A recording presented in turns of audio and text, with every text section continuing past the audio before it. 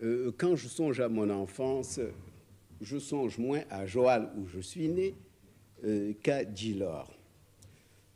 En effet, je n'ai fait que naître à Joal après avoir été baptisé.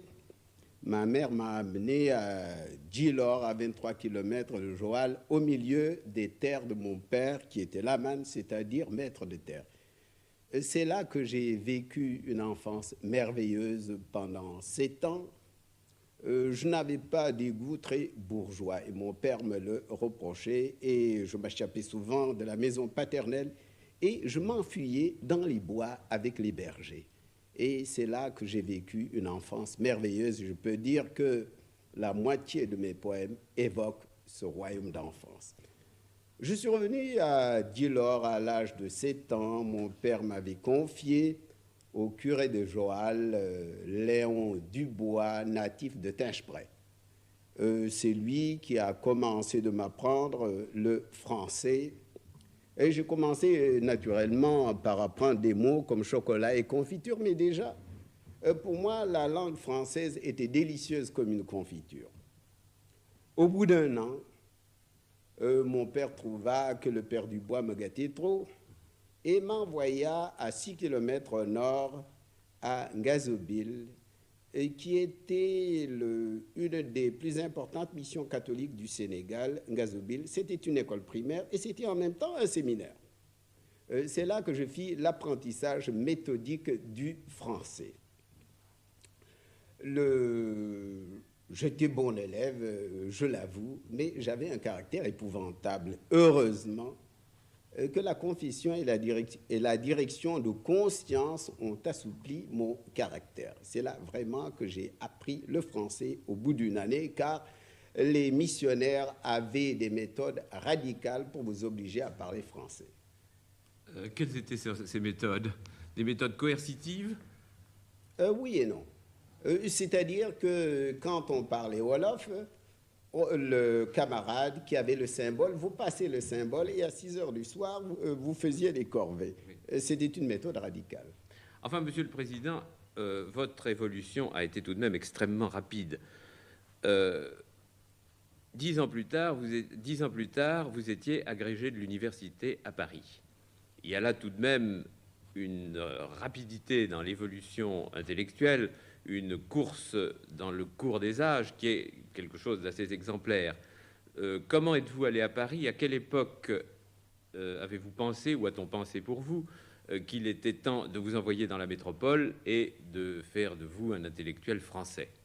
C'est-à-dire, à la fin de mes études primaires, j'ai perdu 2 ans en Ngazobil, ne sachant si j'allais entrer au séminaire ou non. Finalement, je suis entré au séminaire et l'on m'a envoyé à Dakar, au collège séminaire Liberman. C'est là que j'ai commencé à me découvrir une vocation. En effet, le directeur du collège séminaire était le père Lalouse. Il pensait que nous étions des sauvages, que nous avions tout à apprendre, que nous étions une table rase. Et obscurément, je sentais que ce n'était pas vrai. Obscurément, je sentais que nous avions notre civilisation. En effet, mon père m'avait élevé dans la fierté de ma race et de ma famille. C'est de là que naquit en moi peu à peu l'idée de négritude. Mais le père Lalouse nous reprochait également d'être trop sensibles au plaisir des mots en français et de ne mettre rien derrière les mots. Et je sentais que le père Lalouse n'avait pas tellement tort, car je m'enchantais, je dois le dire, aux délices du français. Et c'est là que je commençais à essayer d'approfondir la stylistique française, la littérature française, et que j'essayais en même temps de m'intéresser derrière les mots au jeu des idées. Ce qui fait qu'à la fin de la 3e, je passais au lycée en première. Je fis de bonnes années de première et de philosophie, et l'inspecteur général de l'enseignement m'accorda, après le baccalauréat, une demi-bourse pour la France. C'est ainsi que je vins à la Cagne du lycée Louis-le-Grand.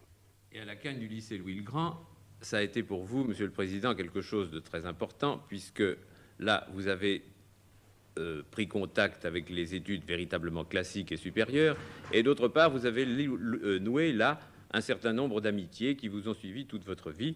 Et je pense en particulier à l'un de vos amis qui a lui aussi fait une carrière politique qui n'est pas négligeable, à savoir le président Pompidou. Ouais, exactement. J'ai l'habitude de dire que ce que j'ai appris, je l'ai appris en 3 ans au lycée Louis le Grand. Il y avait mes maîtres qui étaient admirables d'honnêteté intellectuelle. Et il y avait mes camarades.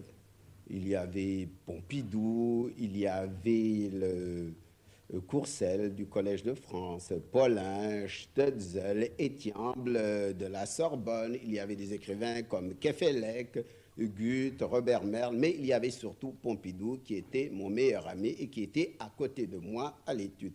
Et je dois dire que je dois autant à mes camarades qu'à mes maîtres. Ce sont eux qui m'ont initié vraiment à la France, qui m'ont appris à aimer le musée, le théâtre et qui m'ont ouvert leur famille, où j'ai appris ce qu'était une famille française et ce qu'était vraiment la civilisation française.